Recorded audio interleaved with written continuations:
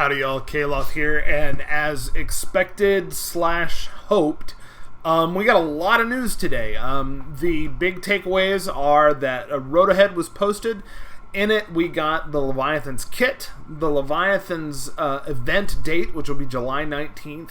We got confirmation that Leia Organa is the next Galactic Legend coming to Galaxy of Heroes, and, kind of out of nowhere, a new raid to replace the Crate Dragon raid, this time being a speeder bike raid set on Endor during Return of the Jedi. We also got another post confirming that Taron Malicos is the Conquest unit that's coming in this upcoming Conquest starting on July 10th. So let's take a few minutes to kind of go through this post, dissect it, and see what kind of thoughts we've got. And it's definitely going to be a busy few weeks in Galaxy of Heroes. So let's go. Here's the post. We've got, general intro, and then start off with the Leviathan's kit with some design notes, basically very much confirming the Leviathan is, as expected, designed to just be a step above Executor and Leviathan, or Executor and Profundity, excuse me. It's got callouts in its kit that specifically hurt Executor and specifically hurt Profundity. So this is definitely going to be just a step above those, which is, you feel about that how you feel about that, right? But it's kind of what we've expected. Of course, we already knew the requirements, and they did confirm that, yes, it is going to run on July 19th. And kind of as expected, but nice to have it confirmed, it is going to be, a 4-star unlock with a monthly recurring event, just like Profundity, just like Executor. So let's take a look at the kit. Basic is Apocalyptic Fusillade. It deals special damage to target enemy, inflicts shock for 2 turns, then all Sith allies gain 1 stack of ferocity for 2 turns, and if target enemy already had shock, inflict doubt for 2 turns on 2 random enemies who don't have it. If Seize the Bridge has been used in this encounter, dispel all buffs on target enemy, and inflict fear for 1 turn which can't be dispelled or resisted. Now, Seize the Bridge is one of the specials we're going to be talking about here in a minute. But first, we've got Special 1, Sabotage the Hangar. This special is only available after you have inflicted 15 debuffs. Now, let's go back for a minute. It's basic. Gives all Sith allies 1 stack of ferocity for 2 turns. Ferocity, as we know from Darth Revan's kit, is a debuff you inflict upon yourself. So the debuffs you're going to be doing to the opponent, as well as these debuffs that you're going to be building on yourself, are going to help make this special possible. Its final text is, it's got limit 1 use per battle, so you use this special once and then it's just done. Sith allies gain critical hit immunity and 5 stacks of ferocity for 2 turns. Target ally recovers 40% health. You increase the cooldown of call reinforcement by 1 on the enemy capital ship only if they're light side. You inflict capital ship sabotaged on all enemies until the end of the encounter, and until the end of the encounter or the next enemy reinforcement, or if Seize the Bridge is used. So when you use the ability, they get capital ship sabotaged, and that doesn't go away until the encounter either ends, they have their next reinforcement, which again, you're going to be delaying their reinforcement if they're light side, or if you use Seize the Bridge. Capital ship sabotaged is the next allied ship called to reinforced is immediately destroyed upon deployment. And again, this ability can't be used unless other allied Sith ships inflict 15 debuffs. So you're just straight up destroying their next reinforcement. And of course, again, if they're light side, you are delaying that even further by increasing the cooldown on that. So strong already. So you can use that once, Sabotage the Hangars. Now, you've got a second special, Sabotage the Engines. Limit 1 use per battle. It reduces the enemy capital ship's speed by 30% for the rest of the encounter. Removes 30% turn meter, which can't be resisted. Sith allies gain critical hit immunity and 5 stacks of ferocity for 2 turns. That was also in effect on the previous special, right? So we're getting a lot of crit immunity for a fleet that's already very durable. And then target Sith ally gains breach immunity for 3 turns. So it's kind of a middle finger to Executor. It's this is just so strong. And then special 3, seize the bridge. This is kind of your ship's ultimate. This can only be used if you have both sabotaged the engines and sabotaged the hangars. So you have to have used special 1 and special 2 once in this fight to be able to seize the bridge. This is nuts. The final text is, limit 1 use per battle. Take control of the enemy capital ship. Reset its cooldowns. Grant it a bonus turn. While controlled, you can't use call reinforcement, and the cooldown of the ultimate ability is set to max at the start of each turn. Allies recover 50% health and have their cooldowns reset, and all enemies are inflicted with fear for 1 turn, which can't be evaded, dispelled, or resisted. This ability starts on cooldown, and the first time Sith allies are inflicted with 50 debuffs, reduce the cooldown by 1. And then, of course, as mentioned earlier, this ability can't be used unless destroy the engines and sabotage the hangars were used in the same encounter. So you're going to have to destroy the engines and sabotage the hangar, and then you can seize the bridge. And holy moly. So this is the first time that I can think of. I'm pretty sure this is the first time we've ever had a kit in the game that lets us take control of something that our opponents have control of. Something that belongs to our opponents, taking control of it. Few notable things here. You're not going to be able to take control of them and then steal their reinforcements because you can't use call reinforcement while it's controlled. Also, the cooldown of their ultimate ability is set to max at the start of each turn. Now, this means, number 1, you're not going to be able to use your opponent's ultimate. You're not going to be able to take control of the Executor and use the Death Star on them, right? But, interestingly enough, it sets the cooldown of their ultimate ability to max. So if you're in a fight and you're going back and forth with Executor or Profundity, and they're lowering the cooldown of their ultimate to try to get to that point where they're trying to remove you, you're gonna set the cooldown to max when you take control of the ship, and even when they get it back, they're starting from scratch there with their ultimate, which is gonna be an uphill climb. They're not gonna be able to make it to that point. Just so good. And then finally, the crew ability. This is Darth Revan, Wrath of the Sith. Final text is, Sith allies gain 15% max health, because that's what this team needed, was more durability.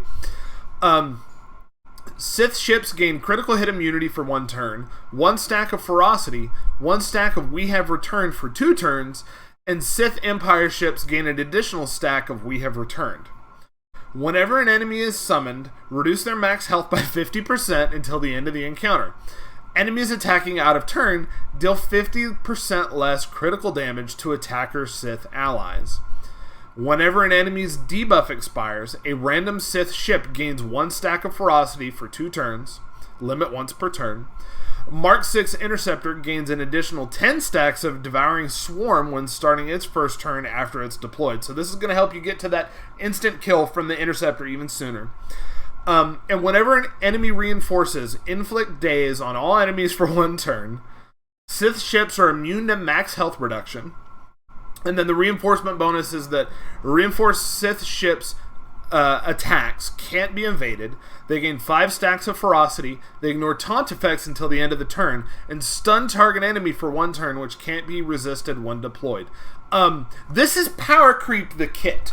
If you've been playing for a long time and you remember when Jedi Knight Revan released, and you remember when Darth Revan released, this is very, very strong. There's not a whole lot to say. Everybody assumed this would be strong, right? When this was announced and they said, hey, this is going to be a new top of the meta ship, everybody assumed this was going to be strong. This is going to be painfully dominant. I'm going to leave it to the theory crafters out there, and until I can get a chance to play with that, I really have no idea how you're going to beat this. The mirror match is probably going to be painful. I don't see this being beat by Executor or Profundity. So in GAC, this is probably going to be taking away at least 2 of your opponent's offensive ships if you put this on defense. And that is if they can clear it. This is just a monster of a ship. Of course, we'll see how the abilities pan out. A lot of the capital ship abilities you're not going to be able to get until it's 7 stars, so you are going to have that crystal investment needed to get it to that point for 7 stars. And maybe a lot of the more painful stuff here is in those later ones, so maybe a 5-star Leviathan isn't going to be nearly as threatening as a 7-star Leviathan, but this is just, it's, on the one hand side, it's very exciting if you're in a position where you're going to be able to get this day one. This will be my first day one release since Jedi Master Luke, so I'm very excited about it. On the other hand, this is going to change the fleet meta significantly in a way that's going to be really painful for a lot of people. So if you're on track to get Leviathan, congrats. If you're not on track to get Leviathan, I'm very sorry, and you're just going to have to pay very close attention to what comes out after Leviathan is available to kind of see how are we going to deal with this. But that's just the first big piece of news today. Let's move on to the second big piece, which is Leia Organa, Galactic Legend. This was always the most likely option. So many people have been talking about Leia, speculating when she's going to arrive. A lot of people have been talking about it like it's a sure thing. And here it is. Like, again, this was always the most likely option. So we're finally going to have a Rebel GL. There are going to be a couple of big call-outs here. But to start off, the lead designer talking about the idea behind this is they try to create a version of Leia that would be leading a tactical assault against an enemy as kind of a vocal and visible rebel leader. Her being in charge of the battlefield is kind of how her kit should play out. It sounds like what they're saying here. Say each ability that she has allows the player to pick the best target to accomplish a goal. So it sounds like she's going to be a battlefield leader who's kind of delegating tasks out to her squad, which could be interesting. This could mean based on the enemy role, a high priority target, or using one of your allies to deliver a powerful blow. And then also by being such a notable target, she's naturally drawing the attention of the enemy, and if they fail to accomplish their goal of prioritizing her, they will be punished. So it kind of makes it sound like she may be... So she's kind of this tactical unit who's delegating tasks out to the right team member to accomplish the right goal. But then also she's going to be potentially a tank, or at least have some kind of... this is probably going to play into her ultimate, right? But probably going to have this thing where if your enemy is not attacking her, you are going to be getting some bonus. Or if you're facing her and you're not prioritizing attacking her first, then you're going to be feeding her some sort of bonus there. I don't know if that means she's going to be a tank and is going to be taunting, or if it's just going to play into, how she's generating ultimate. But there's definitely going to be something there. Sounds interesting. And we got round 1 of her character requirements, and guys, they're not bad. We've got Captain Rex, our newest Marquis at Relic 7.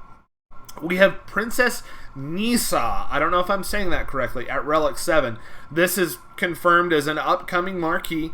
It is an Ewok. She is an Ewok character who has appeared in a couple of different bits of Star Wars media, is Chief Chirpa's daughter. And she will be needed at Relic 7. So, hey, Ewok Lifter is coming, and she'll be a GL requirement. And then here's these last 3 requirements are honestly really exciting. Wicket at Relic 3. I've been saying that it's a safe assumption to just guess that Wicket would be required at Relic 7. It's not the case. Relic 3 Wicket, all that you need. Lando Calrissian at Relic 5. If you have Jedi Master Luke, you're already there. He's already needed at Relic 5 for JML. You've got that in the bag. And then Admiral Akbar at Relic 3. A lot of people have that for fleets. If you don't have that, you know, he is a character that doesn't have high Cairo requirements because he's an old legacy character. And Relic 3 is, especially in today's, this day and age, Relic 3 is honestly really easy to acquire. So, Relic 7 on the Marquis feels high, but it kind of makes sense when you think about the fact that Rebels are just generally more highly relict, and so a lot of the common sense requirements for Leia would have had to be like relic 8 or 9 to be any value to CG. Requiring the marquees at relic 7 feels painful until you realize that these other requirements, Wicket and Admiral Akbar, very easy to get up to relic 3, and then Lando, again, if you've got JML, you're already there. So really interesting. Of course, like any other GL, they say they'll be releasing the second part of the character requirements at a later date. We'll do some speculation on that later on, but that is, we're going to be getting that. This is also another cool thing that they have, as far as I remember, they've not done. They're teasing a little bit of her kit, and I hope this continues over future posts. So, some of her basic ability: deal physical damage, rebel allies gain retribution for 2 turns. On her turn, deal bonus true damage to target enemy equal to 10% of the damage other rebel allies received since her last turn, and deal additional effects based on the target enemy's roll. We don't know what those effects are. It cuts off there, but a couple of things we can get here. She's going to be dealing damage and giving rebel allies retribution, but then she is going to be, her basic on her turn is going to deal extra damage based on the amount of damage that rebel allies other than herself received since her last turn. So that kind of plays into what we talked about with the design notes. It doesn't sound to me like she's going to be a tanker, that she's going to have taunt. In fact, you may want to hide her behind taunt to make the best use out of this ability, because she's going to be ramping up based on the damage that the rest of her team takes. So that's really big. But wait, there's more. This is unexpected, and I'm not sure how I feel about this because it feels very fast. We'll just get into it. They say, wait, there's more. We wanted to give you a sneak peek at an upcoming new raid. As promised, we're looking to bring a brand new featured raid to Galaxy of Heroes with the release of Galactic Legend Leia, because she will be a featured player in the new raid, much like Jabba the Hutt was for the Crate Dragon Hunt. It's a 40th anniversary Return of the Jedi tie-in, and it's going to be based around the speeder bike pursuit on Endor. So they say it's using the motion tech pioneered with the Dash Rendar Marquee, which was really cool. If you played that Dash Rendar Marquee, it played out kind of like a 2D side-scroller game with Dash Rendar moving from, train car to train car to train car as this train was moving, taking out droids. So they're using that same tech to do a speeder bike chase. Says your squad will be racing through the forest moon of Endor, dodging trees, avoiding rocks, and skimming over the ground at breakneck speeds in pursuit of Imperial scout troopers. You'll be asked to bring characters from the list below, and we'll go into that, but it looks like it is specific characters and not factions this time, which is interesting. These characters have their abilities changed for the raid, as they will all be zooming along on the speeder bike seen in the movie. There are 8 new abilities, a unique basic shared by all characters, and 7 special abilities that characters get 1 or 2 of based on their current abilities in their kits. So you're not actually using the characters' kits themselves. You're bringing them in, they're getting a kit with their speeder bike kind of based on their role, and assuming, I assume they're going to be inheriting stats based on their relic level. But they're not going to be using their kit, which sounds fun, but unusual for sure. Additionally, all these replacement abilities will not be doing traditional damage, but scoring points in the raid via applying different types of stacking effects onto the enemies. When any of these stacks reach a certain level, the enemy will be defeated, scoring you an even larger amount of points. We're working to bring these defeats to you as epic cinematic moments, a visual payoff for your strategic gameplay. Which, hey, that sounds cool. With Crate Dragon, we get those cool cinematics at the beginning and the end of each raid, assuming you're able to get to a max score. So that's cool, at least the first few times. Once you're doing it every 3 days, as we've seen with Crate, it can kind of get a little repetitive. But it's cool that they're continuing to bring that kind of visual storytelling in. That's neat. So, they say, as an example, Jedi Knight Luke gets his repulse ability replaced with Divert Attention. When you use Divert Attention during the raid, it applies stacks of Distract on an enemy scout trooper. When the scout reaches a certain threshold of Distract stacks, based on the raid difficulty and the type of scout you're facing, the trooper will look back and be oblivious to the obstacle in his path that they inevitably will crash into, defeating them. Here we go. So they say, don't think we forgot about how your mods and unique abilities will work either. Increasing Luke's potency will increase the amount of distract stats applied with each use. Different stats will affect different abilities, and we'll have a full list available to everyone before the raid is released. As we know, there will be some deep theory crafting and optimization made for the 3-person squads you will be bringing to the raid, which this is another kind of soft confirmation here. This raid is going to be using 3-unit squads. This is interesting because it sounds like your biggest thing is going to be making sure that you have specific roles between attacker, healer, support, tank.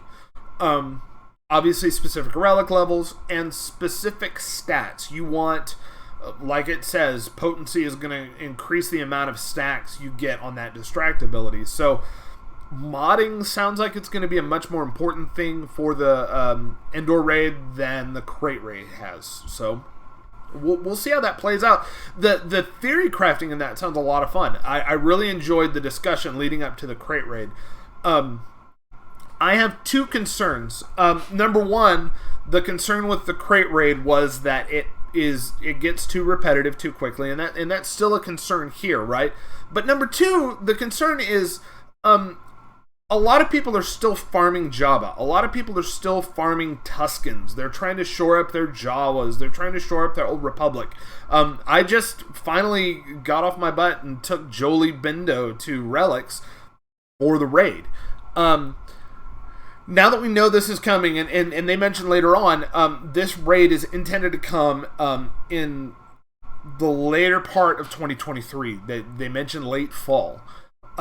So, I mean, we're looking at probably 3 or 4 months from now getting this new raid and being done with crate. And while that's great, it means that for one of my accounts, I will probably skip over Jabba. Jabba was going to be my next task after Leviathan.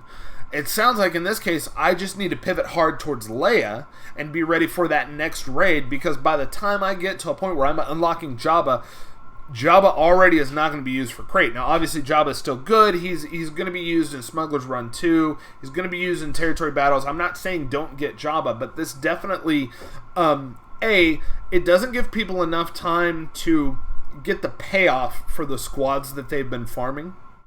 And then B, it keeps people's focus kind of constantly moving. So, I see good and bad to this. This is, honestly, for the most part, I understand why they're doing this, and it sounds great, but there are those concerns, right, that this is, you've got kind of whiplash from Crate Raid coming. But let's talk about the characters that they currently plan on including. This does not mean that this is a final list by any stretch. And again, the new Leia is not mentioned in this list, but earlier in this post, she said, this raid will feature Galactic Legend Leia as a featured player in the raid, much like Jabba the Hutt was for Crate. So we can assume the new Leia will be usable here. So, planned characters to be allowed are Admiral Akbar, C-3PO, Journey Guide Chewbacca, Raid Han Solo, Harrison Dula, Lando Calrissian, Wedge Antilles, Jedi Knight Luke, Chief Chirpa, Ewok Elder, Ewok Scout, Logray, Poplu, Tebow, Wicket, so all the Ewoks. The new Ewok is not mentioned, interestingly enough. We'll see if she ends up being needed on there. And then we've got Imperial Troopers, a lot of them, not all of them. Piet, Imperial Stormtrooper, Iden, Moff Gideon, Range Trooper, Magma Trooper, Death Trooper, Shore Trooper, General Veers, and Colonel Stark. One thing I want to note. Crate was a little difficult because a lot of people didn't have Jawas ready. Tuskens, a lot of people didn't have them ready, and there were 2 new marquees to go with them. Of course, Jabba was a nice payoff. Mandalorians were, if you had Mandos, great. but a lot of the characters for Crate Raid weren't commonly relicked. If you look at this list, a lot of the Rebels, about half of those you already have commonly at relics. Most people are going to have 3PO, Chewbacca, Han Solo, Lando, Wedge, and Jedi Knight Luke at relics. If you've got Jedi Master Luke, and if you're a high rhodium, low kyber player, you probably have that. Akbar, you're gonna want him at relics for this new GL. Hera, you're gonna want at relics for Profundity. And those are really the only two oddballs in that list of Rebels. Ewoks, you probably don't have Ewoks at relics, but now is a great time to do it. I know I'm going to be taking my Ewoks to relics pretty soon, given this news. And they are very easy to gear. Obviously, you need Wicket already for GL Leia. None of these guys require a lot of Chirotechs, so they're a pretty cheap, easy team to gear. Same with Imperial Troopers, and this is another one that's big, right? If you are an active player at the mid-end of PvP onwards, you probably have Piet, Gideon, Veers, Stark, and probably several of these troopers, maybe Iden, maybe you have all of these already at relics. So this is, on the one hand, this kind of sucks because you're moving away from Crate. On the other hand, you're going into a raid with a lot of very, very usable, very nice requirements going into it. So we'll see how it goes. It'll certainly be interesting. Meathead, the community manager, has already asked in Discord earlier today, said, hey, you guys are reacting to how frequent this new raid is, and we kind of thought a new raid would be good because people have talked about Crate getting stale. So what do you think a good timeline is for starting a new raid to ending that raid and moving on to the next? My opinion on that, what I shared with him there, was I think about a year is good for raids, and this is about half that, right? Assuming this comes in November, that's going to be 6 months after the Crate raid was released in May. So I don't know. You guys tell me in the comments what you think, or hop on Discord, hop on the forums, and constructively and respectfully tell CG what you think, because they are actively soliciting opinions on what the community wants as far as raid frequency. And again, at the end of this post, when can you expect to experience this new raid? Towards the fall/end of this year. Very exciting. So, outside of these three major announcements, a few additional items to discuss. We're getting the third marquee for Leia confirmed here, and that is Captain Drogon. Captain Drogon is a new original character created by CG. He, from the sounds of it, sounds like he's going to be kind of portrayed as a disabled soldier. Sounds like he's missing a limb. If you've ever played KOTOR 2, my mind immediately went to Bayo-Dur. Bayo-Dur was also a character who was missing a limb. He had kind of a robotic hand connected by a force field. It was pretty cool, actually. But they talk about how Drogon is going to be one of the new marquees. He's going to be a rebel captain who fought with the rebellion on Endor and is a key part of the GL Leia squad. So it sounds like not only is he going to be a marquee for her, but he is going to be meant to be used with her in PvP. They give a little bit about his story, and they say we're excited to welcome him. I've seen a couple of people say, "Oh no, this is another original character. Why can't CG just stick to what's established?" I get that on the one hand, because it would be nice to see something like Crix Maydeen. It would be nice to see a scout trooper in here. Seriously, if we don't get a playable scout trooper, either as a marquee leading up to this, or as a raid unit that we're going to be able to earn from the raid, CG is just falling behind, because it is too late in the game to not have Scout Trooper. It's a glaring omission. CG, if for whatever reason you're watching the videos from a completely amateur, almost no subscribers YouTuber, please add Scout Trooper to the game. So on the one hand, I get it, right? You want those characters that you know and love. On the other hand, what this sounds like to me is that Drogon is essentially Endor Rebel Pathfinder, right? We have Scarif Rebel Pathfinder. We have Hoth Rebel Pathfinders. We know in the story that the group of rebels that Han Solo was leading were the Rebel Pathfinders. It sounds like in this case, instead of getting a nameless Endor Rebel Pathfinder, we're getting that Endor Commando unit, but we're getting them with a name, we're getting them with a backstory and a little bit of personality, which A, can kind of tie into a more interesting kit, and B, can just be a new thing in Star Wars. And I don't know, I think we as a community should just embrace that. Obviously, I still want those other characters, right? Give me Crix Maydeen, give me General Han Solo, give me General Calrissian, give me Endor Pathfinder Luke, you know. But at the same time, I do think we have space for these new original characters, and I'm very excited to see what we see with him.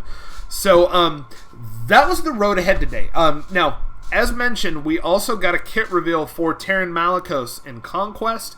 I'll go into that in another video, but he is looks like he is going to lift up Seer and the unaligned Force users to very high levels with GAC Omicrons, which is nice.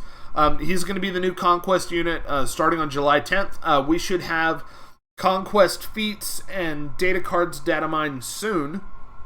And I'll be putting out some videos kind of talking about Conquest team building. We'll get into some gameplay on, you know, kind of what to expect going into that Conquest. But big times coming to Galaxy Heroes. Keep an eye on this channel because I plan on covering a lot of this. If you have any comments for me or have any thoughts about that, leave them in the comments section. If you like this video, you know how YouTube works. You know what to do. Other than that, thanks for watching, and may the Force be with you.